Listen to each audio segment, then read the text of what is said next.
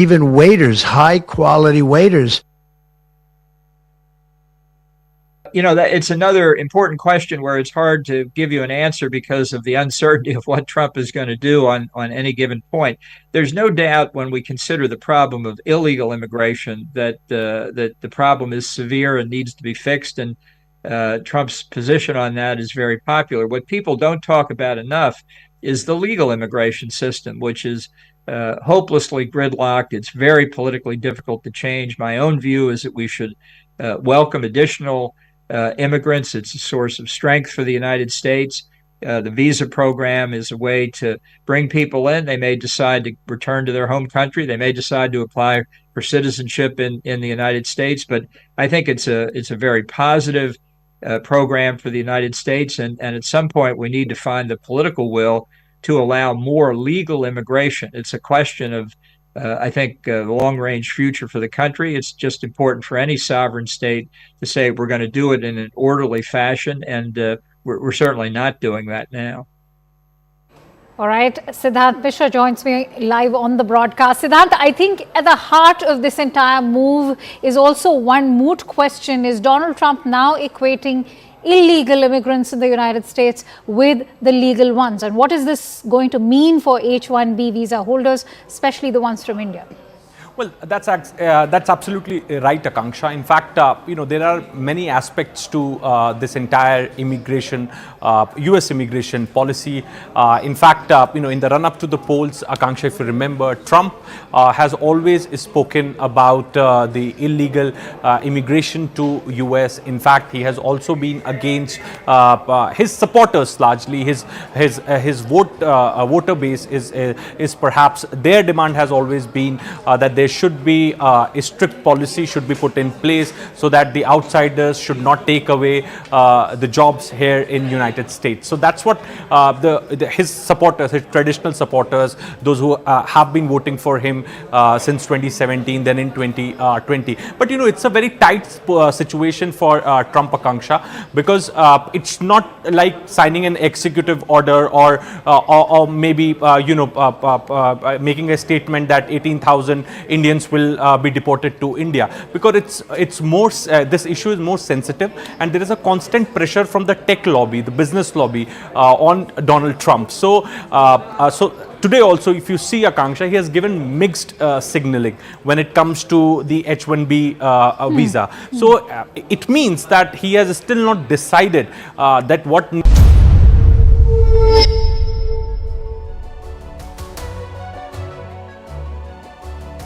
Hello, Namaskar. This is First Post and you're watching Vantage with me, Palki Sharma.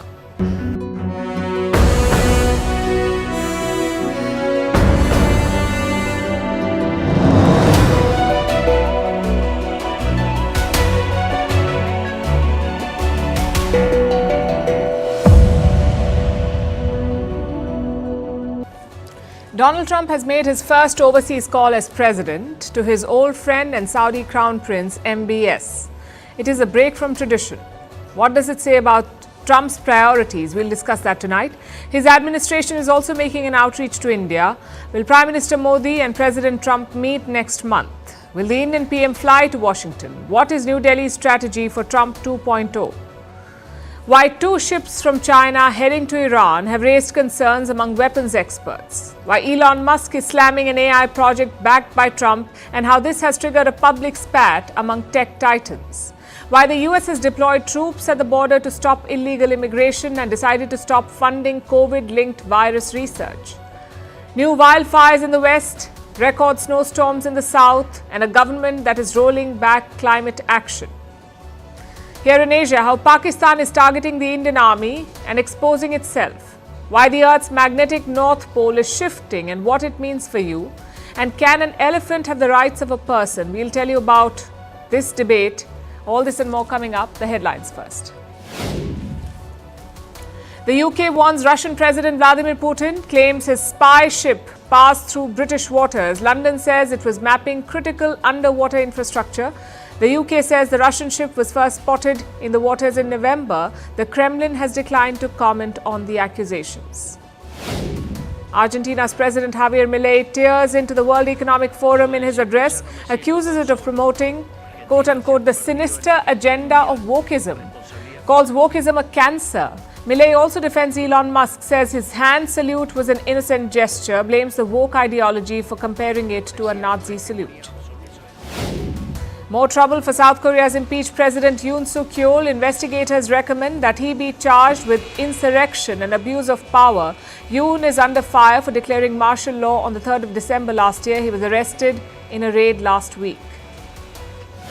Nigeria hikes its mobile phone tariffs by 50%. This comes as the country battles one of its worst cost of living crises in decades. The telephone and data tariffs have remained the same since 2013. The telecommunications companies had wanted a 100% hike. Nigeria is Africa's fourth largest economy. And more than 250 schools in Thailand's capital are closed due to air pollution. Officials urge people in Bangkok to work from home and restrict the movement of heavy vehicles in the city. This morning, Bangkok was the 6th most polluted major city in the world.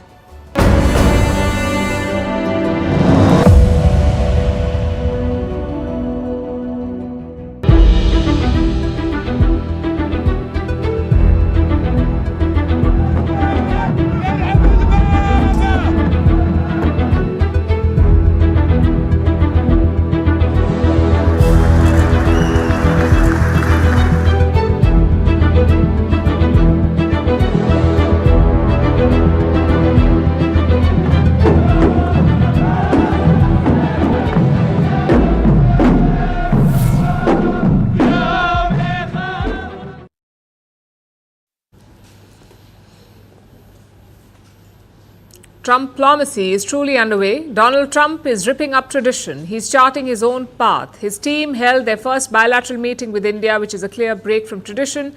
And President Trump made his first phone call to Saudi Arabia. He spoke to Crown Prince MBS, Mohammed bin Salman, the de facto ruler of Saudi Arabia. He's the one that Trump called first after taking charge as president. And this too is a break from tradition. Also a clear signal of Donald Trump's priorities as president. Interestingly, the White House has not reported this call, but the Saudi state media have. They say MBS promised a massive package for the US, an investment package worth around $600 billion. Let me put that in context. Saudi Arabia's GDP is $1.1 trillion, and they are investing 54% of that in the US. This will be done over the next 4 years. Chances are this is a quid pro quo, a return of favor. Remember, in his first term, Donald Trump broke tradition to visit Riyadh. Normally, US presidents visit allies or neighbors in their first trip. Bill Clinton, for instance, visited Canada. George Bush visited Mexico. Barack Obama also traveled to Canada, and Joe Biden visited the UK. But Donald Trump went to Saudi Arabia. That was in the first term. Now he is back in office. So will he repeat that? Well, he has dropped a hint. He will go to Riyadh first, but on one condition. That Saudi Arabia announced investments in the US. That's his condition. Listen in. So first foreign trip typically has been with UK. But I did it with Saudi Arabia last time because they agreed to buy $450 billion worth of our product. I said, I'll do it. If Saudi Arabia wanted to buy another 450 or 500, we'll up it for all the inflation. Mr. President, you say you were going to end the war. Well, you have to hand it to the Saudis. Trump asked for $500 billion on Monday, and by Wednesday, Riyadh announces a $600 billion package. So the ball is now in Donald Trump's court. Let's see if he visits Riyadh again. Though for the moment, let's also look at the big picture. What does this phone call mean for US-Saudi ties? And what is Donald Trump hoping to achieve? For the kingdom, this is a big victory. The Biden presidency was not good for them. It weakened their ties to Washington. Joe Biden had promised to turn MBS into a pariah. He also stopped selling weapons to Riyadh. Of course, the campaign did not last. Rising energy prices forced Joe Biden to make a U-turn. With Trump, there is no such issue. He loves MBS and the Saudi royals. Just think back to the Jamal Khashoggi episode. He was a Saudi dissident, killed in the Saudi embassy in Turkey, reportedly on the orders of the Saudi prince. When the case came to light, every Western nation isolated the kingdom, but Donald Trump did not. Even when he left office, their relationship grew. The Saudis bailed out Trump's son-in-law, Jared Kushner. They invested $2 billion in his firm to keep it afloat. The Trump Organization also has investments in Saudi Arabia. Last month, they announced a new tower in Riyadh, their second in the city. So this relationship is not just political. It is personal, financial, and very much transactional. Now, we can debate the ethics of it, but that is the reality. And MBS realized this very early on. In 2018, he was hosted by Trump at the White House. During a meeting, Trump pulled out a chart.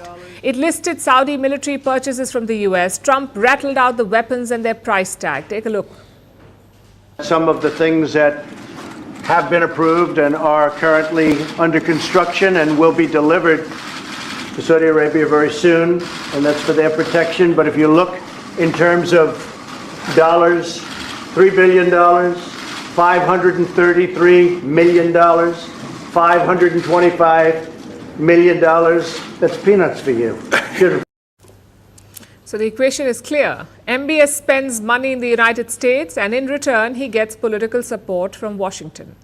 Which brings us to the second question that we are looking at. What is Trump's goal here? The biggest prize would be a deal with Israel. If Donald Trump can get Saudi Arabia to recognize Israel, it would be the deal of the century, Nobel Peace Prize stuff. But for that, MBS has some conditions, like ending the Gaza war, which Trump has already done, security guarantees, which Trump can give, and a Palestinian state, which only Netanyahu can give. A smaller prize could be a TikTok deal. A Saudi prince is apparently interested in buying it. His name is Al-Walid bin Talal. His firm already has a stake in Elon Musk's X. And now he's keen on TikTok. Again, there is one condition. He doesn't want to buy the whole thing himself. He only wants a stake if Musk or another American buys it. Basically, he's willing to pitch in. But knowing Trump, his focus will be on the big prize, on an Israel-Saudi deal. But can he force Netanyahu to accept a Palestinian state?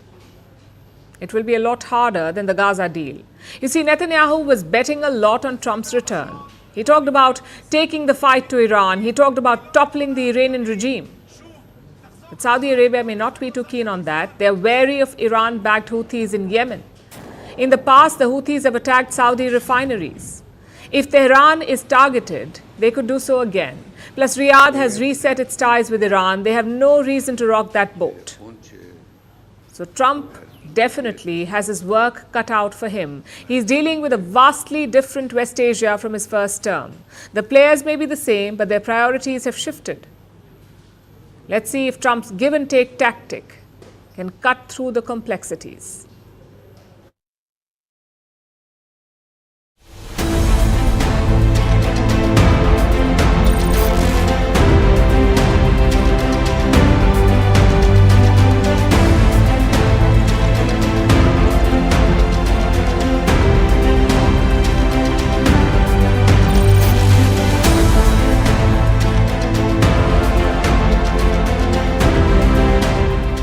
There are any of our citizens who are not here legally, we are always open to their legitimate return to India.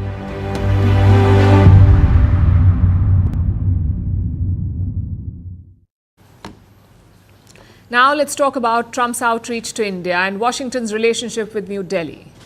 There's talk of a Modi-Trump bilateral soon, as early as next month. The new Trump administration has made India a priority and put its best foot forward. We told you about this yesterday. Marco Rubio is America's new Secretary of State, basically their foreign minister, Marco Rubio. His first bilateral meeting was with S. Jaishankar, who's India's foreign minister. The US then released a statement after the meeting. It said that they want to advance economic ties with India and they want India to address illegal immigration, to stop Indians from coming illegally to the United States. And India has responded positively. It is ready to address this issue. We have always taken the view that if there are any of our citizens who are not here legally, if we are sure that they are our citizens, we have always been open to their legitimate return to India. So I conveyed that very clearly to Secretary Rubio. So India is striking the right tone. Trump is an immigration hawk. In his first term, he started building a wall on the US border. In his second term, he is deploying the military at the border. US troops are being mobilized. They're being sent to America's borders to stop illegal immigrants. That's how Donald Trump, that's how serious he is about it. He gave the orders himself on his first day in office. So what kind of numbers are we talking about? How many illegal immigrants enter the US in a year? Up to 500,000, according to estimates. And how many of them are from India? Just a little over 6%. So India is not the major problem here. It is countries like Mexico. The maximum number of illegal immigrants in the US come from neighbors like Mexico, which is why Donald Trump frequently targets them. And now the Americans have put together a list of the people they want to deport. And on this list, there are some 18,000 Indians. Apparently, they did not go to America legally. They did not have a valid visa. So the US wants them removed. And India is ready to bring them back. It's a small concession to unlock bigger opportunities. You see, India is clear-eyed about the bigger goals here. The groundwork is being laid for a meeting between Prime Minister Modi and President Donald Trump. Diplomats from both sides are planning a bilateral. It could happen next month. Reports say Prime Minister Modi could even travel to Washington, D.C. for talks. They don't have a date yet, and it's still early days in the Trump presidency, so it is a bit of a moonshot. But New Delhi is working on a strategy. It is assessing a range of options to offer to Trump to win him over. And what are these options? A lot of them are centered on trade. India is considering buying more American products like whiskey, steel, and oil. India may cut duties on these goods. The import tariffs may be reduced. New Delhi is putting together a list of products, the ones which are politically significant for the Republicans. The Republican Party is Trump's party. They have a supermajority in the US Congress right now. They control both the chambers of the American Parliament. And Donald Trump controls the White House. So this party, the Red Party, has the trifecta. They represent the whole of the US government, and India wants to secure their support from all sides. So it is focusing on the products that are important for the Republicans, like bourbon whiskey and pecan nuts. Also soybean, dairy, vehicles, medical instruments, and aircraft. Concessions on these imports can lead to a trade deal. Remember, India tried to sign a trade deal during Trump's previous term. It did not work out. Now they're looking to revive the talks.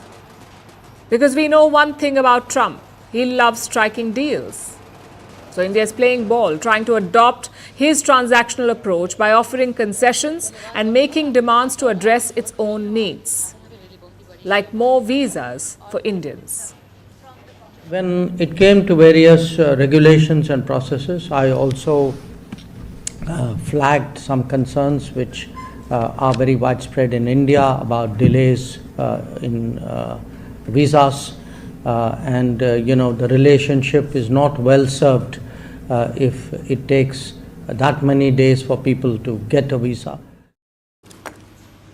So India will weigh Trump's demands against its own, like visas in exchange for support on immigration, reduced tariffs in exchange for greater market access. Prime Minister Modi's government has dealt with Trump before. They're hoping to use those learnings, focus on converging interests, and work on win-win deals. We'll keep track of how they fare.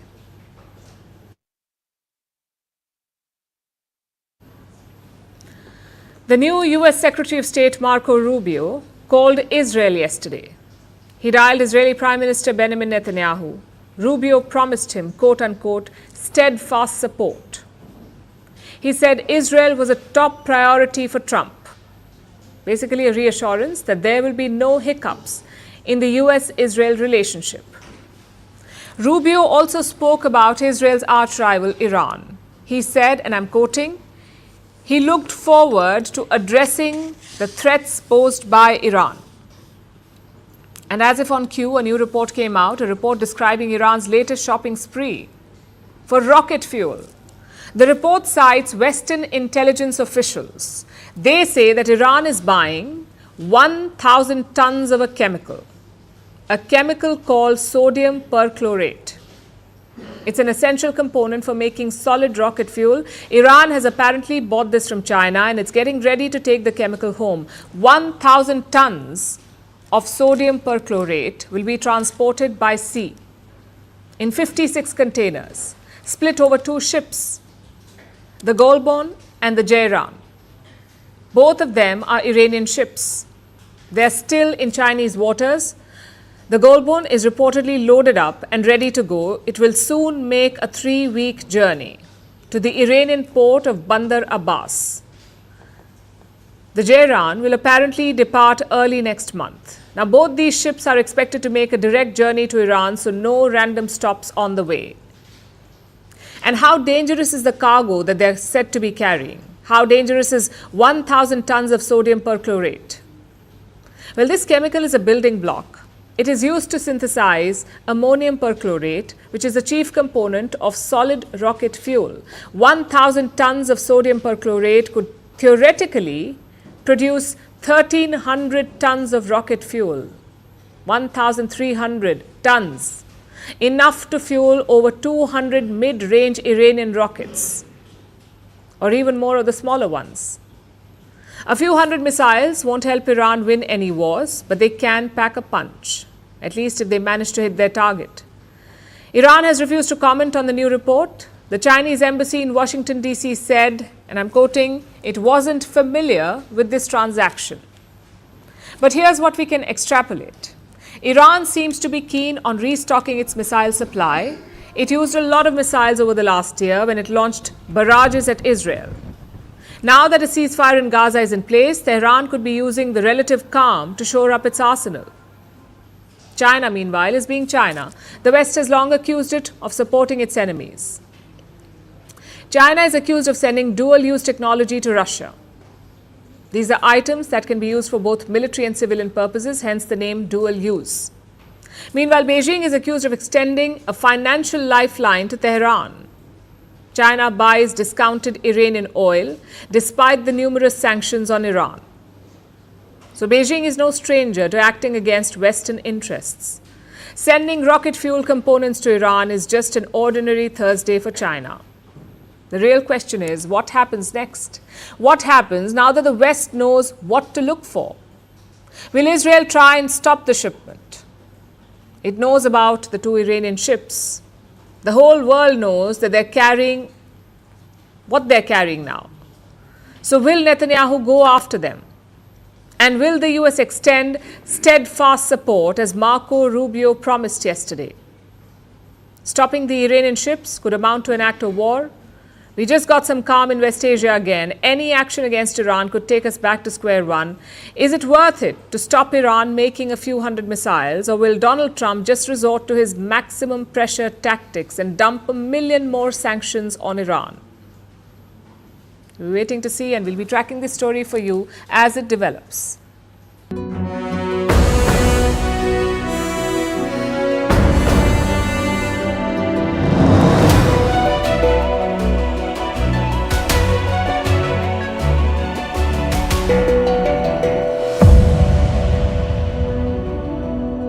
He has now weighed in on the ongoing debate over the H-1B foreign guest workers visa, saying that he preferred both sides of the argument, while also noting that he liked very competent people coming to our country, is what he said.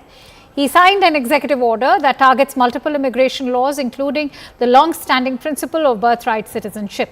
Now, this move has sparked intense debate and is expected to face legal challenges. At the heart of the controversy is the 14th Amendment of the US Constitution, which grants citizenship to all individuals born in the United States. However, Trump's executive order seeks to reinterpret this amendment. It asserts that children born to undocumented parents are not entitled to automatic citizenship. Meanwhile, 22 Democratic-ruled states on Tuesday have taken legal action against the executive order aimed to end a century-old immigration practice. Listen in to what the US president has to say. I like both sides of the argument, but I also like very competent people coming into our country, even if that involves them training and helping other people that may not have the qualifications they do. But I don't want to stop. And I'm not just talking about engineers. I'm talking about people at all levels. We want competent people coming into our country. And HB1, I know the program very well. I use the program. Maitre d's, wine, experts, even waiters, high quality waiters. That it's another important question where it's hard to give you an answer because of the uncertainty of what Trump is going to do on any given point.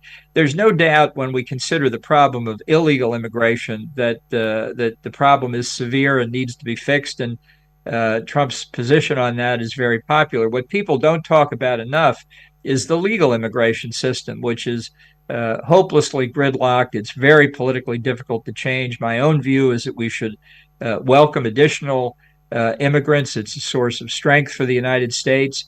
The visa program is a way to bring people in. They may decide to return to their home country. They may decide to apply for citizenship in the United States. But I think it's a very positive program for the United States. And at some point, we need to find the political will to allow more legal immigration. It's a question of I think the long-range future for the country. It's just important for any sovereign state to say we're going to do it in an orderly fashion, and we're certainly not doing that now. All right, Siddharth Mishra joins me live on the broadcast. Siddharth, I think at the heart of this entire move is also one moot question. Is Donald Trump now equating illegal immigrants in the United States with the legal ones? And what is this going to mean for H-1B visa holders, especially the ones from India? Well, that's absolutely right, Akanksha. In fact, there are many aspects to this entire immigration, U.S. immigration policy. In fact, in the run-up to the polls, Akanksha, if you remember, Trump has always spoken about the illegal immigration to U.S. In fact, he has also been against his supporters largely. His voter base is perhaps their demand has always been that there should be a strict policy should be put in place so that the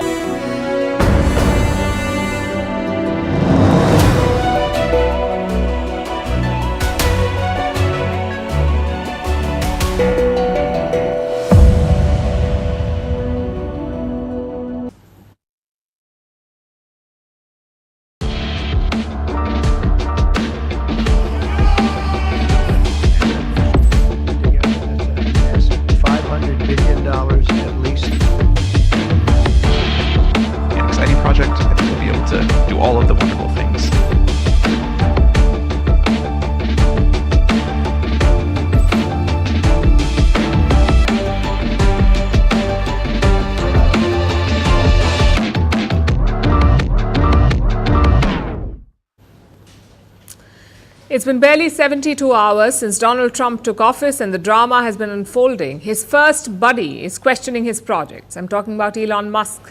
He is bashing Trump's new AI venture, claiming, and I'm quoting, the backers don't have the money. Quick primer first. On Tuesday, Donald Trump announced Stargate, a $500 billion AI venture, a joint initiative between OpenAI, Oracle, SoftBank, and MGX. These are all private companies pooling money to build AI infrastructure. President Trump calls it the biggest project, the biggest AI project in history. It's clearly a headliner of his presidency. But his BFF Elon Musk is not so sure. And he's raising doubts about it on X. The first salvo was fired on the 22nd of January. OpenAI put up this post on their page, a post that talked about the new project. This is what OpenAI put up. Elon Musk commented on it. He said, and I'm quoting, they don't actually have the money. He's obviously referring to the funding claims. Musk says that OpenAI does not have the cash to build this, and that all this is just a grand fantasy.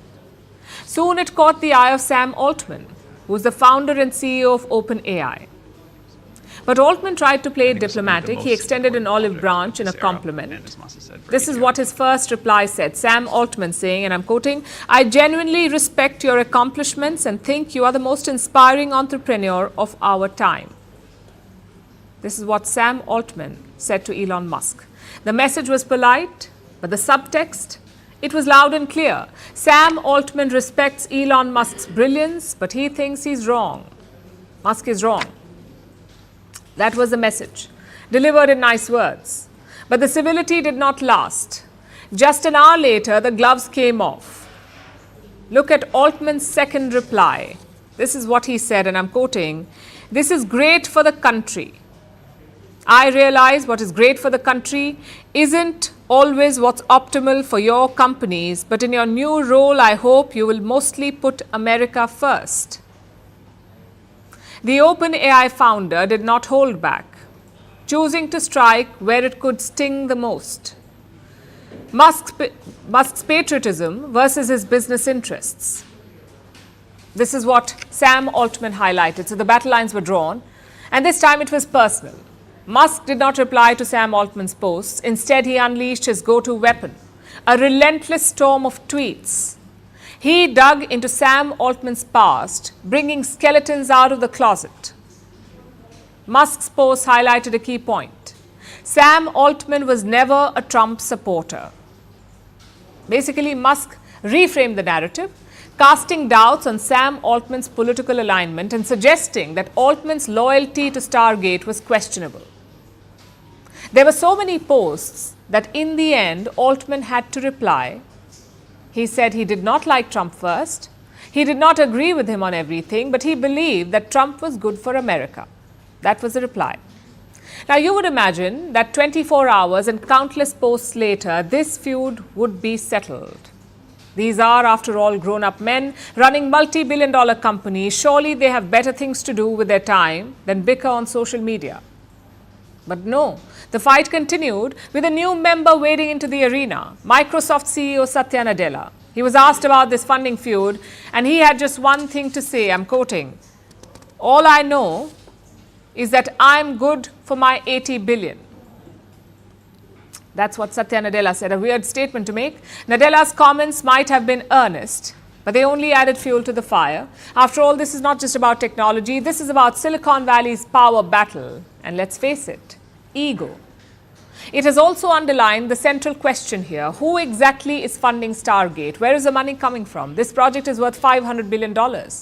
The initial investment will be $100 billion, raised via third-party debt, and SoftBank will be the one raising it. So that's where the money is coming from. None of that matters to Musk, of course. What's surprising, though, is how quickly he's hating on a Trump-backed initiative. Chances are it's personal. Elon Musk and Sam Altman have a long history.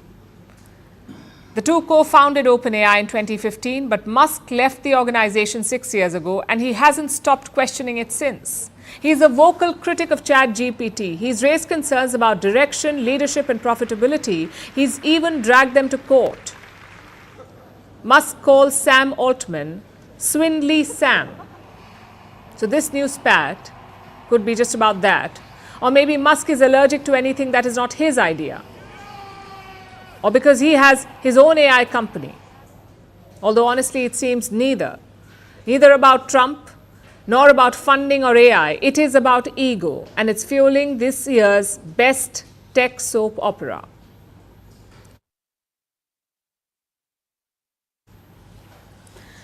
There is more drama in America. On the country's southern borders, US officials are trying to seal it, putting up barriers and deploying troops. At least 1,500 American soldiers are being sent to the US-Mexico border to help the Border Patrol agents and to run deportation flights. The idea is to remove illegal immigrants. That is Donald Trump's top priority. He's declared a national emergency. He wants to cancel birthright citizenship, so a child born in the US to illegal immigrants does not automatically get US citizenship anymore. And this has led to panic among immigrants. Reports say many pregnant women are seeking doctor's appointments and making requests for a preterm delivery. Our next report tells you more. Question is on the passage of the bill. Members will record their vote by electronic device. This is a 5-minute vote. This was the moment when it happened. On this vote, the yeas are 263 and the nays are 156. And with that, Trump received another weapon for his crackdown against illegal immigration. It's called the Laken-Riley Act. It's named after a Georgia nursing student.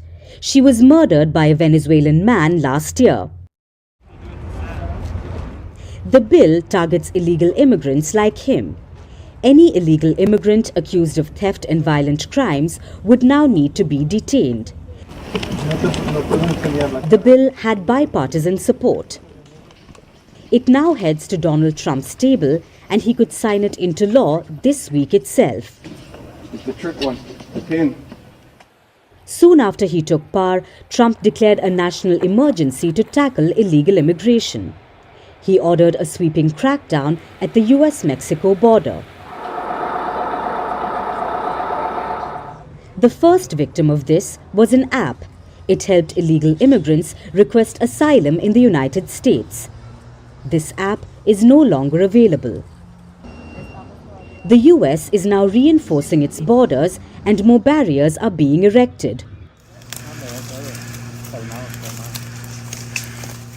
More troops are being dispatched.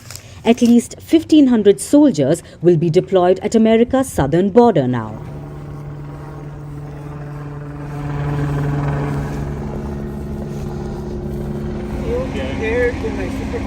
Securing the southern border and deporting illegal immigrants from this country. President Trump is sending a very strong message to people around this world. If you are thinking about breaking the laws of the United States of America, you will be returned home, you will be arrested, you will be prosecuted. Do not come. Trump is sending a loud and clear message. Illegal immigrants are no longer welcome in the US. He's even challenging the definition of birthright citizenship. On Monday, Trump signed an executive order. It blocked automatic American citizenship to the children born to non-US citizens. 22 American states have challenged this order from Trump. The legal battle has pushed illegal immigrants into a limbo. Trump's moves have triggered panic among them.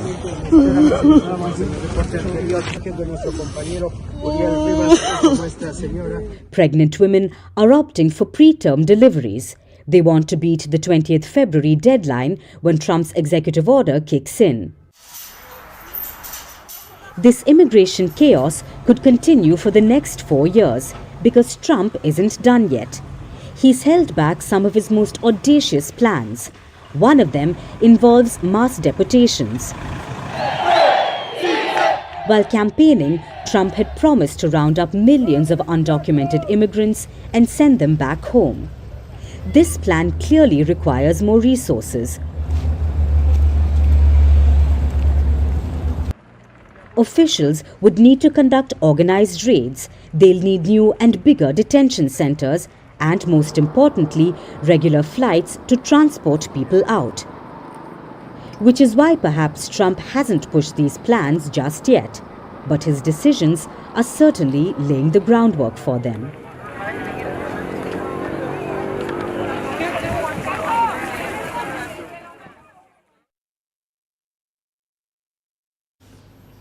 Today is the 23rd of January. Exactly 5 years ago on this day, on January 23rd, 2020, the world saw its first Wuhan virus lockdown. It was the Chinese city of Wuhan itself. It became the first city in the world to shut down because of a never-seen-before virus, which eventually crippled the entire world. It's been 5 years since. We still don't know exactly how it came about. China won't share data and it blocks access. But the US House of Representatives recently reached a conclusion. They believe the pandemic was the result of a lab leak. This was not universally accepted, though. The conclusion was made by members of the Republican Party and it was challenged by the Democrats. That doesn't really matter at the moment, though, because it's the Republicans who are in charge of the US House, the Senate, and of course the presidency. Donald Trump is the US president again, and he has a plan to try and prevent another lab leak from ever taking place. It is quite simple, really. Trump will just shut He'll shut down the labs. Reports say that he is working on a new executive order, one that will stop funding to labs that enhance viruses, labs that make viruses more potent. They won't get the money to keep running if Trump has his way. If you look at it from his point of view, it does make sense. Trump's Republican Party says that the Wuhan virus was an experiment gone wrong. An existing virus was enhanced, but then it escaped from a lab in Wuhan. From this lab, the Wuhan Institute of Virology. It was being funded by the Americans, and the Republicans are furious about that. In fact, they did not stop funding even after the pandemic erupted. The money from America to the Wuhan lab kept flowing until 2023, before the tap was finally shut. Now, Donald Trump and his team do not want a repeat of that, so they would rather shut off the funding altogether. Is this really a good idea, though? Let's put aside the potential misuse for a minute. Let's first talk about why viruses are enhanced in the first place. And this does happen all the time. Scientists regularly make viruses more potent inside labs. This is done to study their effects and to develop countermeasures. Because viruses in the wild mutate all the time, they become drug resistant on their own, or they start inflicting new symptoms. This happens naturally over a period of time. So we have to find new remedies to deal with new diseases. But when scientists enhance viruses inside a lab, it gives them a head start. It allows them to study new strains so that they can counter them when such new viruses take hold in the real world. That's the theory anyway. And that is why the funding ban is being slammed. Critics say the virus research must continue, else it will handicap American medicine. It will allow other countries to race ahead. And they do have a point. Just because the US stops funding this does not mean that other countries will. And yes, there are risks. Yes, a country could use this research to develop a bioweapon. That could very much happen. And it could happen even without American money. So at the end of the day, it's a risk versus reward situation. The reward is more scientific knowledge, better preparedness for a future pandemic, and the ability to develop cures faster. The risk is a potential lab leak and perhaps the beginning of another pandemic. It is a tough call. It seems that Trump has decided to steer clear of the danger, but can he convince other countries to do the same?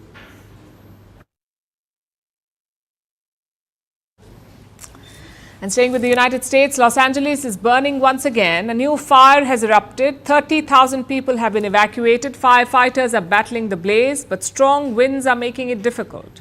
Meanwhile, in the Gulf Coast, there's a once in a generation winter storm. States are receiving record snowfall. At least 9 people have died. So there's fire in the west and ice in the south. And it's linked to climate change. Yet America's new president does not seem to care. He believes that global warming is a hoax. Why? Because it's freezing in New York. Our next report tells you more.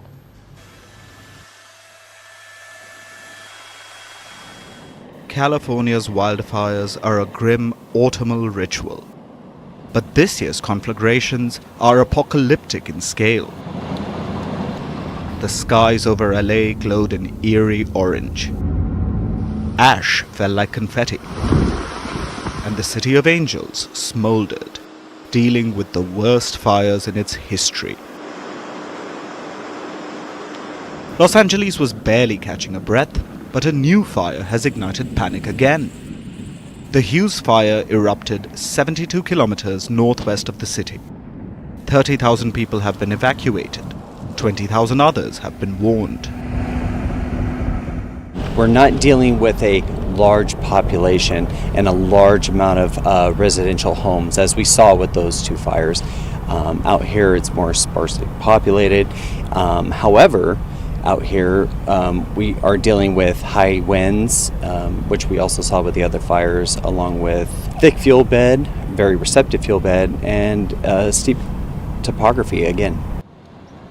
But while there's a fire in the west, there's ice in America's Gulf Coast. A rare winter storm is sweeping the south, breaking 100-year-old snowfall records. For many, it's a once-in-a-lifetime event.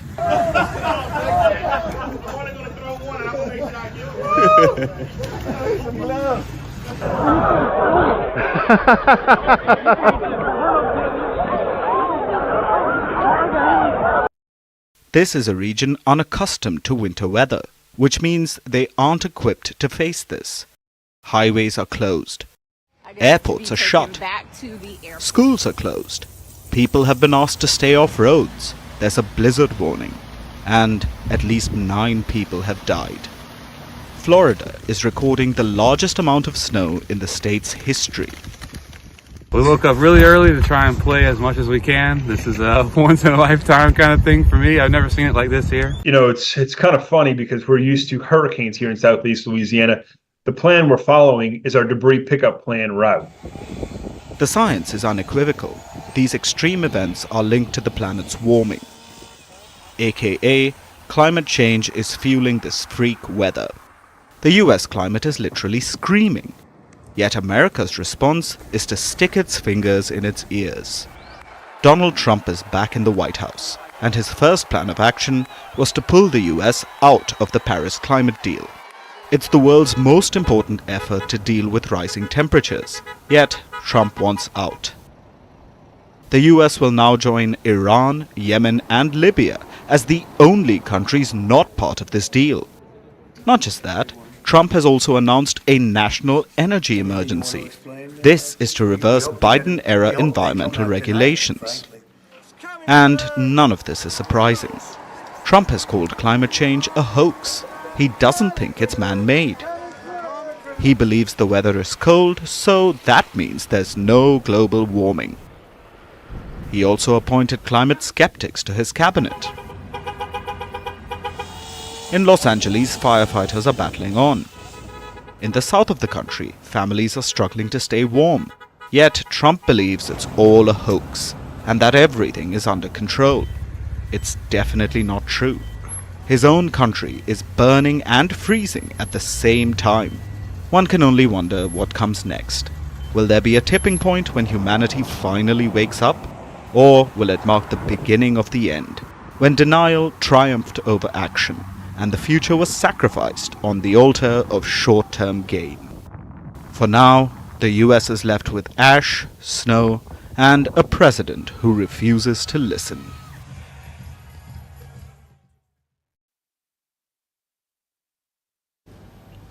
Let's turn to South Asia now, where the Indian and Pakistani armies are clashing, this time in a war of words. Pakistan's military has released a statement. They have made a list of accusations against India's army of duplicity, of delusion and of political pandering. Let me repeat that last one. Pakistan's army says the Indian army is too political. What gave them that idea? Was it the repeated military coups, or the election rigging, or the meetings with politicians, or the jailing of opposition leaders? Oh wait, that is the Pakistani army. Before we go further, let me give you some context. This Pakistani statement is a reaction to India. Last week, the Indian Army chief held his annual press conference. He talked about the security situation in Kashmir. And he blamed Pakistan for it. He called Pakistan the epicenter of terror. Listen in. As far as the J&K is concerned, that the violence level is not reducing. Here I would like to just say that the violence level is being orchestrated by the epicenter of terrorism, that is Pakistan. That statement triggered Pakistan. So the generals probably got together in Rawalpindi and they drafted a statement. I have a copy of the statement. This is what it says. Insinuating Pakistan as the epicenter of terrorism is not only contrary to facts but also an exercise in futility to beat the dead horse of India's default position, blaming Pakistan for indigenous reaction to state-sponsored brutality. It is hoped that civility, professionalism and norms of state-to-state behavior would guide the conduct of Indian Army's leadership, rather than pandering to political exigencies. I'm surprised they draft statements in English anymore. I thought they switched to Mandarin. Or maybe it's the Trump effect. Either way, there are two main allegations here. One, that India is unleashing brutality in Kashmir, and two, that the Indian army is pandering to political exigencies. Let's quickly look at the first one. The unspeakable brutality of the Indian state, so brutal that 2 free and fair elections were held in 1 year, both national and regional. So brutal that almost 64% Kashmiris turned out to vote, and so brutal that an opposition party is ruling the state. No rigging or repression. The people of Kashmir chose their government. Now look at Pakistan-occupied Kashmir. An energy crisis in the middle of harsh winters, no jobs for the youth, and brutal crackdowns by the police. So please spare us the lectures. The second allegation is about politicization. Look at the irony of it. When somebody accuses India, where does the reaction come from? The Ministry of External Affairs. We saw that when Canada made allegations against India. The Indian army did not respond to it. The foreign ministry did. Because that is how civilian regimes work. But clearly not in Pakistan. Over there, the army responds to foreign allegations. It's an open admission of their political role. And not like it's a secret. Pakistani generals run the show in Islamabad. They meet businessmen, they run businesses, they coordinate investment policies, they talk to opposition leaders, and they fly abroad to meet allies and partners. And don't forget the coups. 3 military takeovers in 7 decades. That's the guarantee you get with Pakistan's army. You can bet on them to lose wars and topple prime ministers. If only they did their actual job. Maybe then the Taliban would not be running riot. Yet who do they accuse of politics? The Indian army. They're reminding Indian officers of civility and professionalism. Well, we've got an idea. When Pakistan surrendered in the 1971 war, India had to hold prisoners of war. Nearly 93,000 Pakistani soldiers. They were returned after nearly 3 years in India. Maybe ask them about the Indian army's professionalism, both on the battlefield and after. The truth is, this is typical Pakistani policy. Project their failures onto India. But newsflash, India has moved on. The people of Kashmir have moved on. They're getting investments, jobs, and world-class infrastructure. Meanwhile, Pakistan is stuck in the last century. We're leagues and worlds apart now. Petty statements won't change that.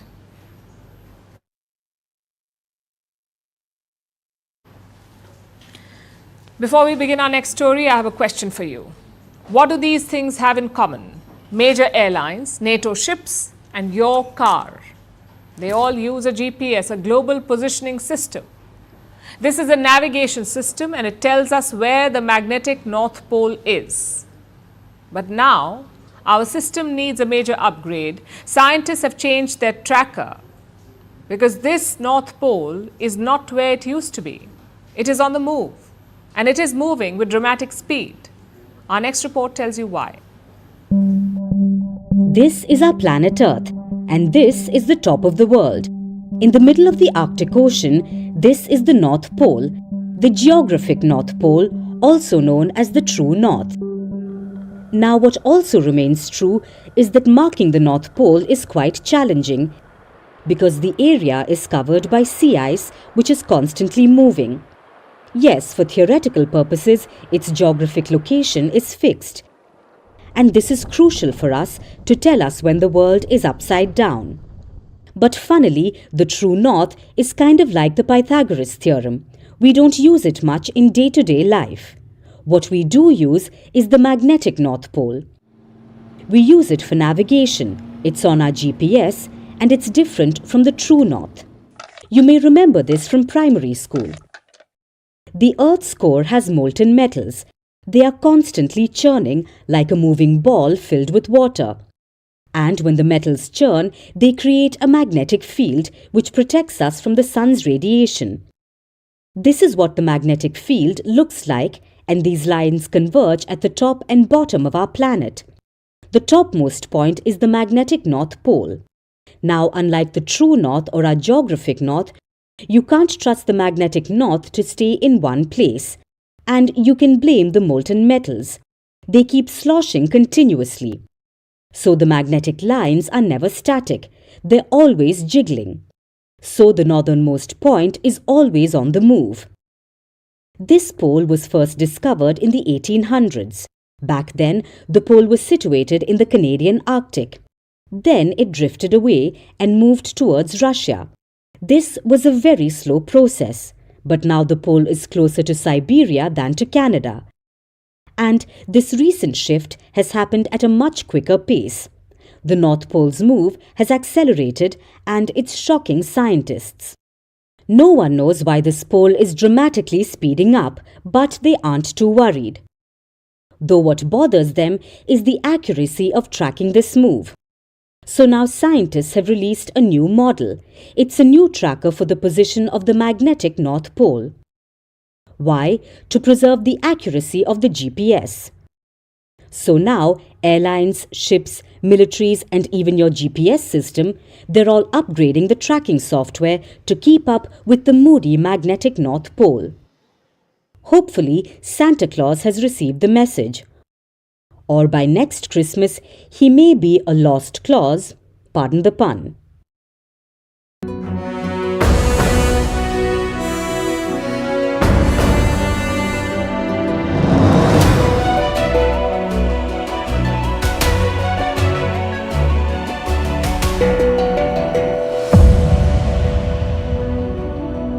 States, he has now weighed in on the ongoing debate over the H-1B foreign guest workers visa, saying that he preferred both sides of the argument, while also noting that he liked very competent people coming to our country, is what he said. He signed an executive order that targets multiple immigration laws, including the long-standing principle of birthright citizenship. Now, this move has sparked intense debate and is expected to face legal challenges. At the heart of the controversy is the 14th Amendment of the U.S. Constitution, which grants citizenship to all individuals born in the United States. However, Trump's executive order seeks to reinterpret this amendment. It asserts that children born to undocumented parents are not entitled to automatic citizenship. Meanwhile, 22 Democratic-ruled states on Tuesday have taken legal action against the executive order aimed to end a century-old immigration practice. Listen in to what the U.S. President has to say. I like both sides of the argument, but I also like very competent people coming into our country, even if that involves them training and helping other people that may not have the qualifications they do. But I don't want to stop. And I'm not just talking about engineers. I'm talking about people at all levels. We want competent people coming into our country. And HB1, I know the program very well. I use the program. Maitre d's, wine, experts, even waiters, high quality waiters. It's another important question where it's hard to give you an answer because of the uncertainty of what Trump is going to do on any given point.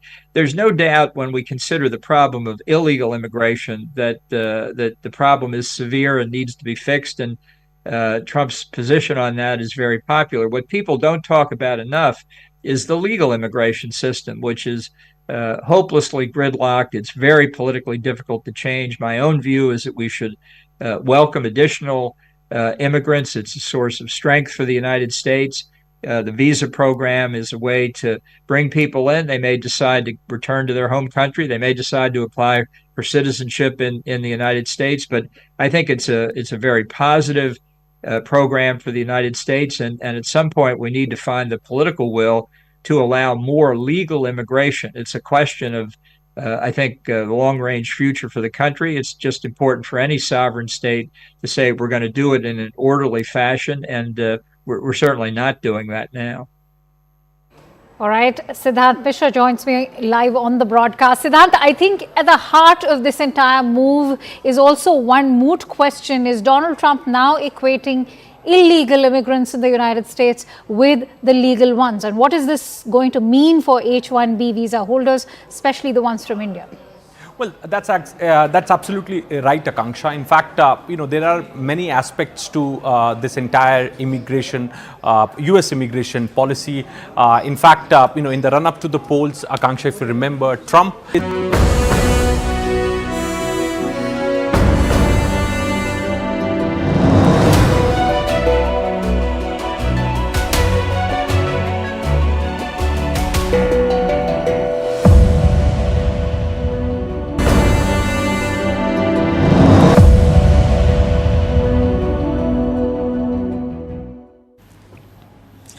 It's been a big month for Pakistan's space program. Yes, it actually exists. They have a space program. They launched their own indigenous satellite last week, the EO-1. It was launched from a Chinese facility in the Gobi Desert. Prime Minister Shehbaz Sharif was all praise.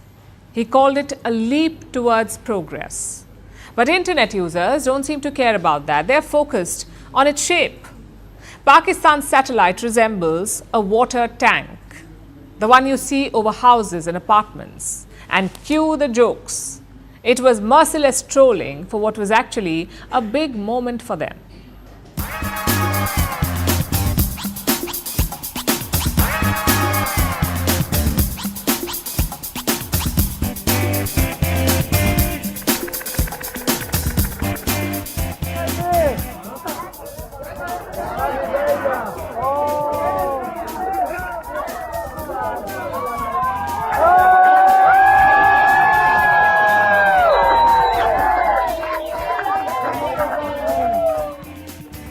सारी दुनिया चांद पे जाते है, हम सीधा सूरज पे चाप। नहीं नहीं बेटे, सूरज तो बहुत गर्म होता है।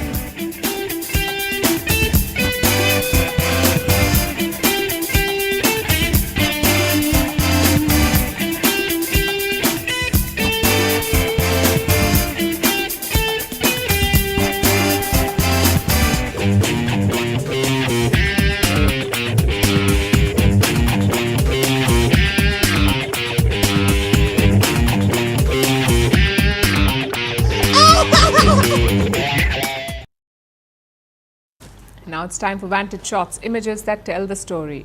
Thai couples say "I do" as the country legalizes same-sex marriage. Shanghai celebrates the upcoming Lunar New Year with snake lanterns, and thousands queue in Sydney to see a rare corpse flower bloom. Finally, we're taking you back in history. On this day in 1950, Israel proclaimed Jerusalem as its capital. All branches of the Israeli government are located in Jerusalem. The city is also claimed by Palestinians as the capital of their future state. Most of the world does not recognize Israel's claim. We're leaving you on that note. Thank you for watching. We will see you tomorrow.